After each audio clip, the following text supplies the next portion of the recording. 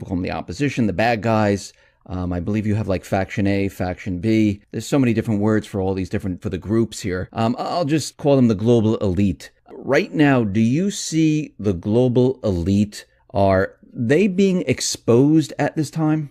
Yes, and they're being exposed not only from the actions of the people they're contending with or against, but they're also being exposed as a result of a side effect of the population as a whole encountering what you could call an awakening wave, a combinoric effect, if you will, of information coming on out and the breakdown of the legacy media, meaning that the fence or the wall that was between the citizens and what the elite were really doing is crumbling in and of itself. That has a tendency to expose more. Each one of these little nuggets of exposure leads to further and so on. So yeah, the elite have got a real hard row to hoe here for the next few years to just survive. Do you think that the elite, they're just going to sit back and just let everything completely be, everything taken away from them? Or are they going to hit back?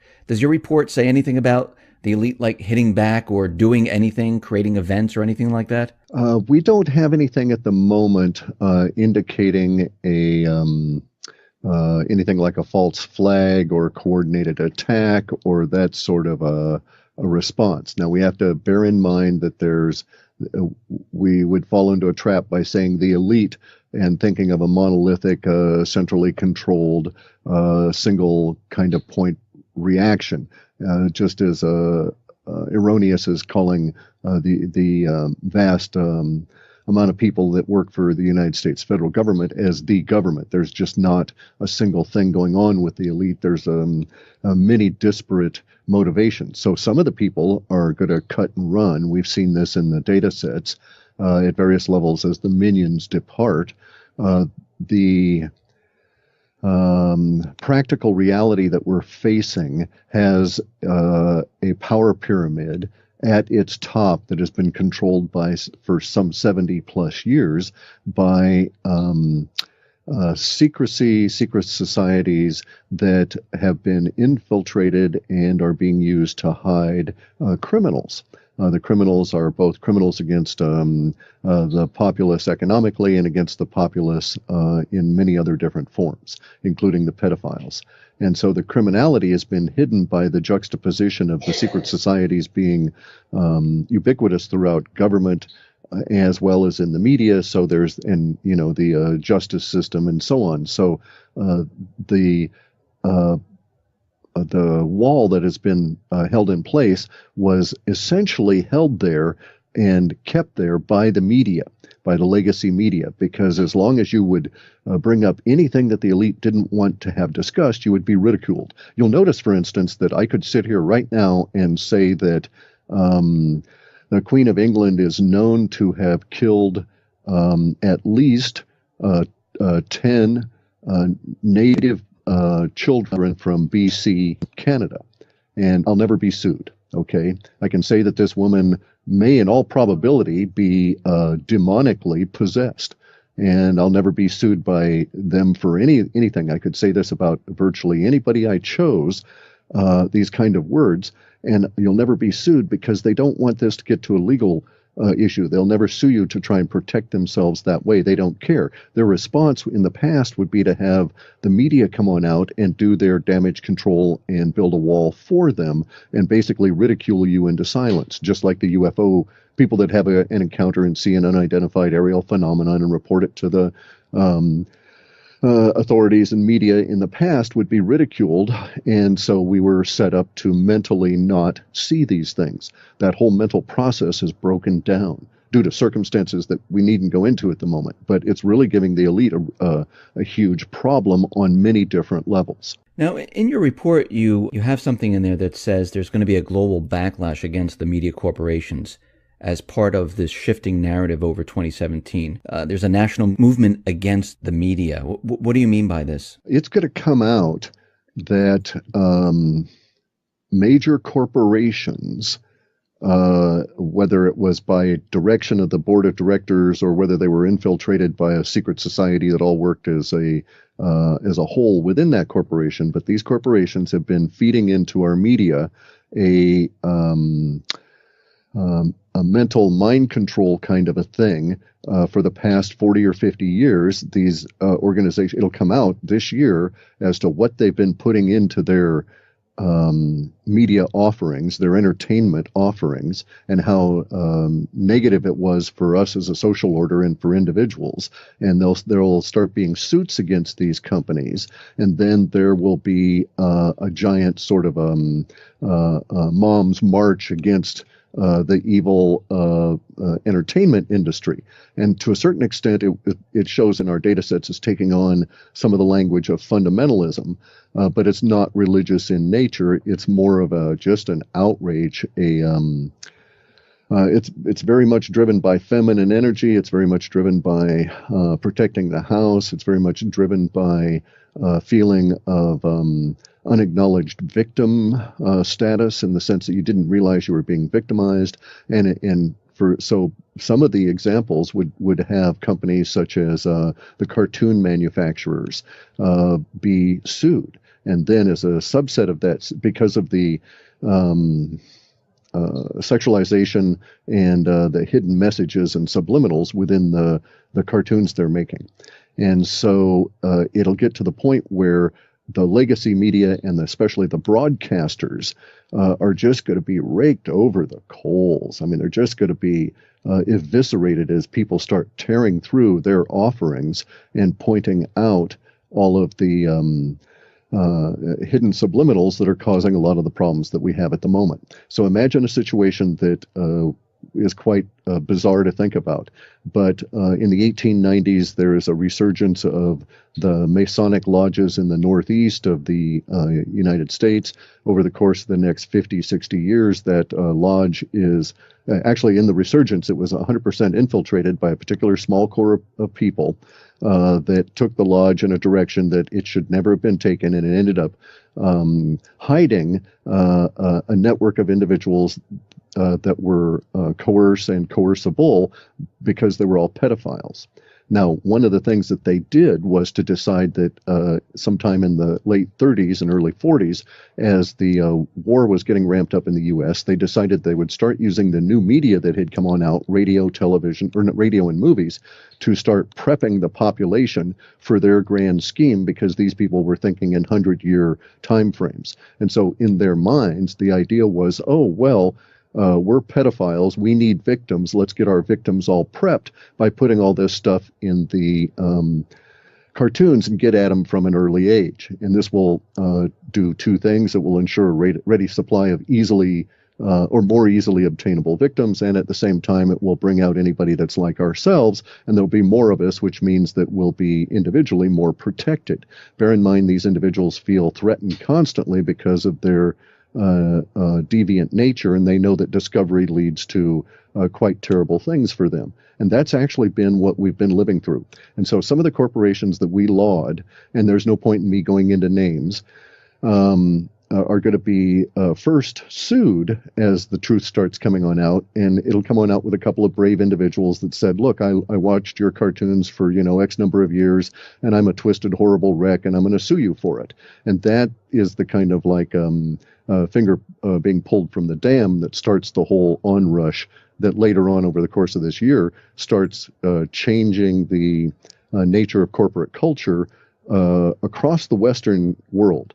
In your data sets, does it show that like Trump is actually trying to release, and Bill Holter calls them truth bombs, is he actually releasing truth bombs and seeing how the public reacts and the corporate media reacts? Do you see anything about that? That would go to intent. Okay. And so, no, our report doesn't do that kind of intent. It discusses the projection of events and the language about them. So that would really be speculating about somebody's intent. And I wouldn't know why they were doing them, but it indeed does show that will be done. And in fact, we're able to look at enough of it arising that I was able to label it as strategy 3, the idea of creating a third force. Those words also appeared in the data.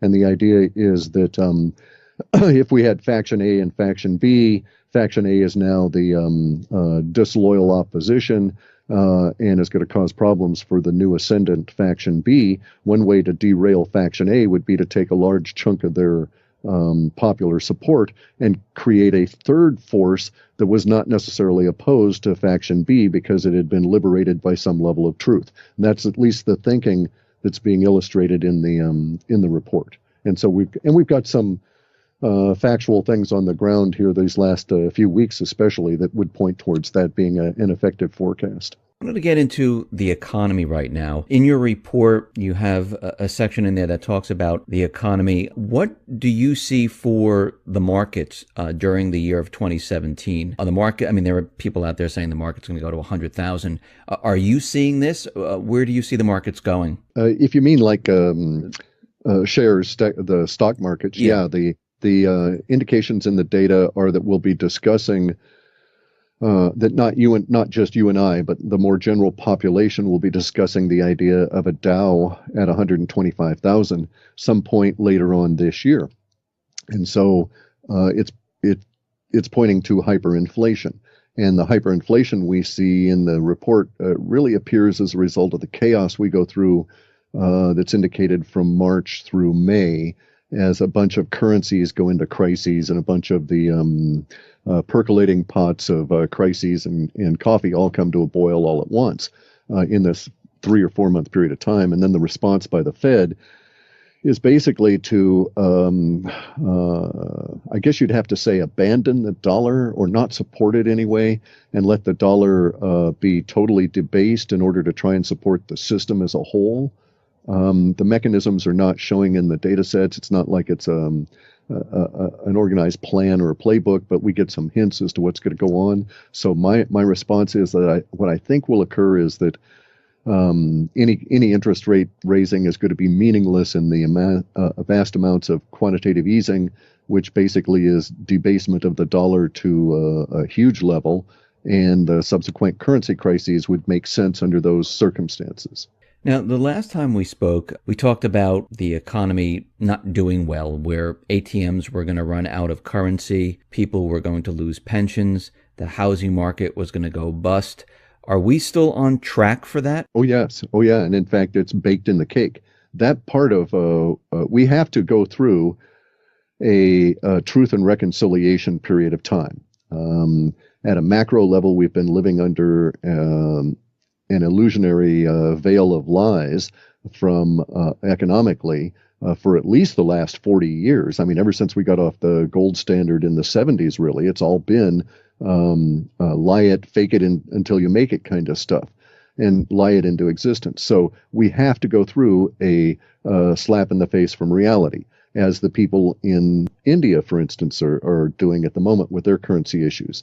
And as we go through the currency crises, those things will show up. We'll have ATM shutdowns. We'll have riots in the food stores, Venezuela-type period of time. It may lead to individual states having to call out National Guard in order to restore order. The chaos that we're going to go through, I think, would be more representative of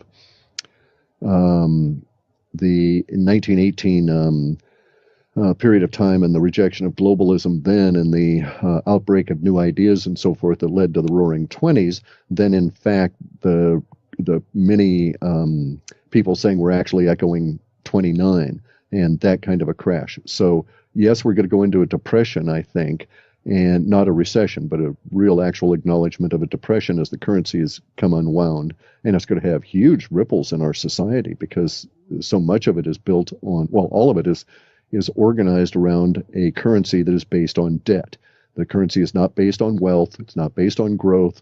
It's only based on debt and the continuing assumption of more debt, which equals a Ponzi scheme. And once you get to a certain stage, all Ponzi schemes collapse. Now, when you say the unraveling of the currency, you mean the dollar losing complete value, where it'll be worthless? Confidence. Correct. Exactly. Correct. And we shouldn't be shocked. It's happened in this country. It's happened repeatedly since we've been in existence as a nation. I think there have been 5 or 6 major currency schemes in the USA, interspersed with long periods of a gold standard. And the long periods of gold standards were basically when we grew. China started paper money over 6,000 years ago, and they routinely crash a currency every 27 to 40 years and have to start up with a new one. And it has to do with confidence. Once you lose confidence in the dollar, it takes them a while to get you to have confidence in some other representation of money, some other currency. And bear in mind, it's currency that you pass back and forth with dollars. Currency is not money. It's one step removed. It's something that allows you to do business and have a current transaction and exchange current energy with people without necessarily having to mess with moving real money, which, could be silver and could be quite heavy, that sort of thing. So the currencies are going to cause us real problems because of their age, that there's no value or wealth in them. And we're at that point where we've got to overcome to get beyond and get ahead. And at least in this particular point, there's enough of us that are waking up that we can sit here and contemplate what we're looking at for the next 5 and 6 years and so on, and do some planning as opposed to have to react from crises to crises to crises over that same 6-year period of time. Does that mean that the dollar will no longer be the reserve currency of the world? That's already occurred. The petrodollar has died. We know this now because we have, I don't know how many nations in negative interest rates. All of those are Western currencies that are dollar pegged or based. And now people are trading in oil around the dollar without involving themselves in the dollar at all. So the petrodollar has died. It's no longer true that the U.S. dollar is reserve currency. And we're going to find that out really rapidly this year when it's going to turn out that the Federal Reserve Bank, which is not part of the federal government, has no reserves, and is not a bank, is going to try and issue or trying to buy debt that's being issued by the U.S. government that won't be bought by foreign nations. So in our data sets, we have data for a period of time later this year, probably in midsummer or later, in which bond offerings for U.S. Treasuries are only purchased by the Fed. So you're starting to make and eat your own dog food. And that cycle doesn't last very long. Now, I just want to break down how this is going to occur throughout this year, because as we get closer and closer to these type of events, you get more information, correct? Correct, yes. So, are we at the point where this is going to really start to break down in this year? Are we going to see inflation? Are we going to see the ATMs dry up with currency? Are we going to see maybe a credit freeze? Do you see this happening this year? Yes, actually within a very short period of time. So this is the first part of February. We should be well into it by middle of March. Crises should be, and chaos should be more the daily operating mode than not. And yes, we will see that this year. We've seen a lot of these data sets shift from long-term data into short-term and now into immediacy data. The immediacy data has effectiveness from 3 days out to about the end of the third week. So some of the immediacy data stuff is forecasting that we're dealing with now. For the next report is already forecasting events into early March, and that's not that far away. So what does the Fed do at this point? Are they just going to sit back, or are they going to start creating currency like crazy? The latter. Bear in mind, these people are not very smart, okay? They're, no offense to the general population at all intended, but these individuals are academics in the Fed. None of these people have ever had a job. None of them have ever had to make anything, build anything, create value on their own. They only know things from a book fashion. Plus, schooling, academic schooling, especially in the United States or the Western world, has one purpose, and that is matriculation, to graduate. In order to graduate, you have to regurgitate the thoughts of old dead people. Schooling does not teach people to think originally. It doesn't even teach you to think. It teaches you to memorize facts and spit them back out. And as a result of which, none of the people that are running the Fed, all of whom are academics and trained and been in their careers and done everything from that viewpoint, none of those individuals can think their way out of a paper sack. So they will try exactly what they've done in the past because they think it is working. Let me also state they're so isolated from the general population and what's going on that they think everything they've done so far has worked and, in fact, was a good thing to do. And so they'll do a quantitative easing. They may raise rates, but it won't matter because of the actual rate of inflation going. will be far greater at like the mortgage rates and so on at that level of things, and they'll try a huge level of quantitative easing. Now, in the past, we've had a weird, interesting sort of a situation. So, since 2008, all of the quantitative easing, which is the creation of digital money, which we would say is printing money, all of that has led to very, very, very low inflation rates in an otherwise deflationary environment. And so this has occurred because the Fed set themselves up for it. They told all the banks out there, basically, they said, give us your assets, your excess reserves, and we'll give you money for it. And so the banks, not being stupid, they gamed the system, and they would get money from the Fed, and they would use it to acquire excess reserves, which they would then give to the Fed as collateral to get more money. So the banks never loaned money into the system at all. And so the Fed at that time was forced to keep lowering rates in order to keep the system going, until they eventually got to the point where we're at now, where they're considering negative rates. And so they decided in 2015 that they were going to try the opposite and try and lever themselves out the way they've done in all previous crises. But in all previous crises, they've never ever had this excessive reserves stash and we'll give you cash policy. So that led to this circuitous eating of money that didn't get into the general population. Thus, we only had marginal inflation in those things that we really need, and not a generalized visible inflation everywhere. And so that's going to fall away. Plus, the media, legacy media that used to lie about all the inflation is falling away. And under these two circumstances of the excessive reserves going away because of the long-term rates going up, and therefore banks can make more money loaning money out now than they can what they used to do is they'd buy a house or take over a foreclosed house. Then they'd run to the Fed and show the Fed the deed, and the Fed would give them money for holding this excessive reserve. Now they're actually inclined to say, well, look, we're only making 1% maybe on this money that we've got for this deed for the house. So we're just going to sell the house, and then we'll loan that money out. And we'll make 3 and 4 and 5 and 6 and 7% as rates go up. And basically, they won't recycle the excessive reserves back into the Fed anymore. And so they'll stop gaming that system. And the minute that individual banks do that, then those individual banks become conduits for that currency to start going into the general economy. And thus, we're going to get to this situation where the abandonment of gaming the Fed is going to create inflation very rapidly, and the Fed will be too locked into easing, and we'll get into hyperinflation, and then they'll start trying to chase the interest rates after that, and that's when it shows as coming all unglued at the local regional bank level. So it's going to be chaotic. It's going to be wild. When you say hyperinflation, can you give an example of what you mean with hyperinflation? Well, the Dow would be 5 times what it is now, or 6 times what it is now, over $125,000, which means that the money's been debased by that same factor. So if you're spending $2 for a gallon of gas now, you can imagine you'll be spending $12 to $15 for a gallon of gas. And that's just the start. Okay. And is this going to be a global phenomenon? What happens to the other countries, Europe? No, actually, the breakdown goes a different way, okay? Within our data sets, we've always had Canada and Australia dollars because they call them dollars at some level and talk about their currency that way. It lumps in with our dollar, and I've got to go through and separate it out. So I know these two in particular, as well as Ecuador, because they're tied to the U.S. dollar. They show up within our USA POP data sets that way.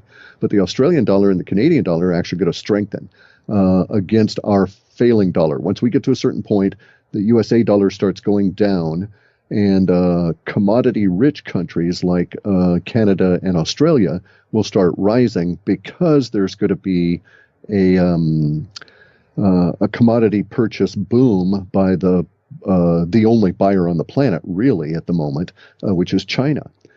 And so those two countries go up. Europe is going to not survive as the euro. And that's going to be horrific for everybody over there in a lot of different ways. Here in the United States, what about the jobs? Do you I mean, when this all hits, we're going to see mass layoffs? There's a lot of that in there. But it's not going to be a all at once kind of thing. It's not going to be all in a week. So, for instance, the data sets show that as we get into fall, the regional banking crises really starts precipitating the rolling out of the crises in the quote educational system, which is really the school system. And by that, I'm talking about the colleges. And because of the lending problems break down there, and because the schools themselves are having problems, we have a number of individuals that aren't working in that industry anymore and aren't attending school. So we get a lot of that showing up. But in terms of mass layoffs, it's different now because you don't really have a situation of mega employers that are going to say lay off 20 or 30,000 people per day for a whole week. It just doesn't really get to that level. The problems show up in regional banks, and then what we might think of as the regional or mid-tier companies. So say 500 employees or less. And those are the guys that get hit by this first. Now, the good news is that humans are not stupid. They're motivated by their own personal welfare. And so there are going to be people that are going to start working out solutions as we get into the crises just because they're desperate enough to do it. And some of these solutions show as being valid across the nation as a whole as we go through these next couple of years. But it's going to be a rough couple of years. There's absolutely no question. Will it get as bad as Greece or Cyprus or, Venezuela? Probably, but I don't think that'll be ubiquitous across the country all at the same time. So you think this is going to last for a couple of years where people are struggling? This is not just going to be like, 5 years at least 5 years. We have these two broad memes, if you will. Okay. And one of them is that we've separated out into what we call USA population, USA pop. Then there's global pop. Now, USA as a population is a subset of the global population. But just separating it and looking at the two, we see that there's these like counter juxtaposition on waves. So as we're going down because we've got to deal with all of the problems that originate from the 40 or 50 years of being lied to constantly about everything economic and everything, period. We've got to get real on things. Those people that are already real, that are living in what we might call the emerging markets, their trend lines are definitively up. So it'll be really bad here in the Western world, and it'll affect places like the North America very negatively for at least 5 years. But it's going to be sort of a good 5 years because we get to destroy the past and rebuild ourselves more healthy. And at the same time, we've got people on the outside, so to speak, that are doing well that will also be able to help us along, that are not, anti-USA pop, right? That see that, they really do need the assistance and this kind of thing. So we get to have a new relationship with the planet as a population, and we got to work our way through some of the lies of a dying empire, if you will. And this will be a good thing for us in the end. And, birds will sing, the sun will come on out, all of this kind of thing. But we're going to have a rough period that will be these 5 years. And in some areas of the country, probably longer, because they're going to get to it harder or, later, that kind of a thing. But yeah, what do they say? You can ignore reality as long as you want, but you can't ignore the consequences of ignoring reality. And we're at that point right now. So as we're seeing hyperinflation, what happens to gold, silver, cryptocurrencies like Bitcoin? Do they move up? Do they move down? Oh, certainly. No. They shoot through the roof because the hyperinflation will chase real assets in a definitively human way. If you've gotten a big windfall of several $100,000 and you realize these $100,000 are less valuable than the money you'd gotten last month, well, you're going to get rid of them. You're not going to hold them, and they'll try and chase silver, gold, and Bitcoin. And very rapidly in our data sets, the silver and gold in the United States go to no offer. That is to say, nobody's offering to sell any simply because the mechanisms here, basically what happens is this. In our data sets, we've got all these lies that are breaking down at an economic level. Some of these lies include the idea of setting the value for metals and such within a paper derivative contract kind of a place. And those lies end up going away, and we go to no offer here because people see that, oh, look, if you go and try and sell your silver in the same place that they trade these silver contracts, you'll get maybe $100 an ounce for the stuff. But if you hold out and actually sell it as physical silver to a guy who's willing to come and pay you, you'll get $345 an ounce for it. And that guy is probably going to work on getting it over to China, where they'll pay $500 an ounce for it. And so real arbitrage comes back to real goods again as the confidence factor goes in the dollar. So what we see is sometime in this crisis period, March through May, we're going to get a much more visible or public face on the stupidity of the Fed. And when you start having a lot of individuals that are respected saying very negative things about the people that are involved in the Fed and pointing out that they're not brilliant, don't know what they're doing, and are in fact a criminal scheme from the get-go, well, confidence is going to go real quick. And so our data sets show that is coincident with the problems in the regional banks and so on, because it all relates to currencies, and currencies have basically a single crisis this year.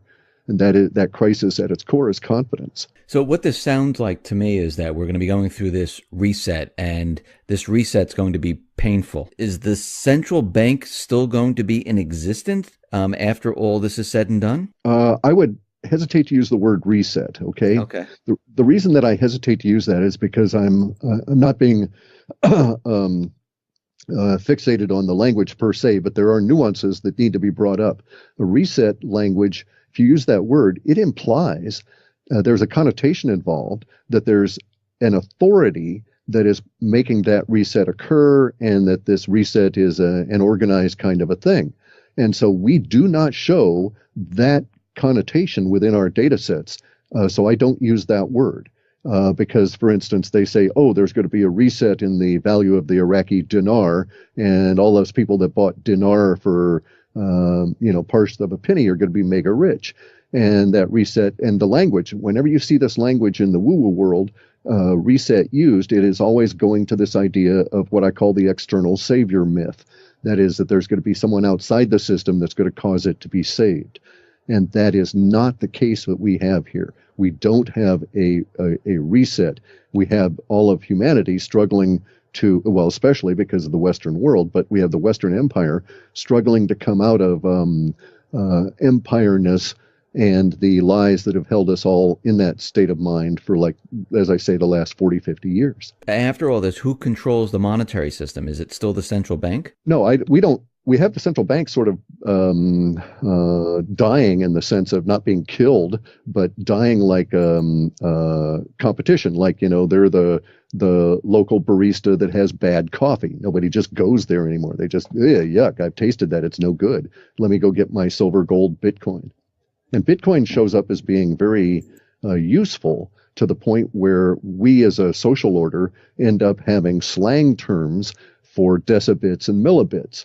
And so we know that the slang will evolve because there's forecasts of that within our work. We just don't know what those words are going to be, but we'll have words for millibits that are equivalent to the word for a penny or for a lira, that kind of a thing, right? Because we'll be using it. We'll be transacting in that. Cliff, do your data sets see anything that has to do with war or anything like that?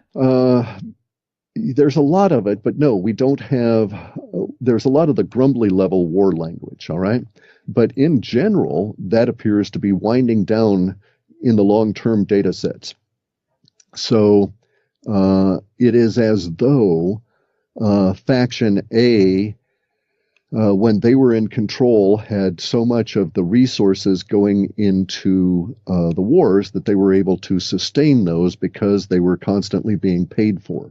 And now that we have two conditions arising, which is that Faction A is no longer in control of those resources, and those resources are dying in and of themselves because they were currency-based, then there's no longer support for all of these grumbling kind of wars around. So in other words, explicitly, the data sets show that the USA POP funding for what we call ISIS or ISIL or Daesh or Daesh or any of these things, for that insurgent level, it just stops. And these people basically, without the money to keep going fade away over a very brief period of time, just relative few months. And a lot of the that level of warfare is removed. Now, we do have a lot of stuff involved with, at the very far end of things, with military bases being shut down and troops being brought back. Again, all of this economic. And so the trend, if you will, within our data sets is counter-war, is like anti-war, not like in an anti-war protest, but rather in the breakdown and re-enfoldment of a lot of the older warfare kind of material back into the civilian society, just because we need it, just because we can't afford it anymore. Clif, I really appreciate you taking your time out and being on the X-22 Report Spotlight. Once again, how can people see your work? I have the reports available at a place, halfpasthuman.com, and I have a YouTube channel, Clif High, for when I put out video updates. Once again, thank you very much for being on here, and I'll put all the links at the bottom of the video. Thank you very much for asking. Thank you.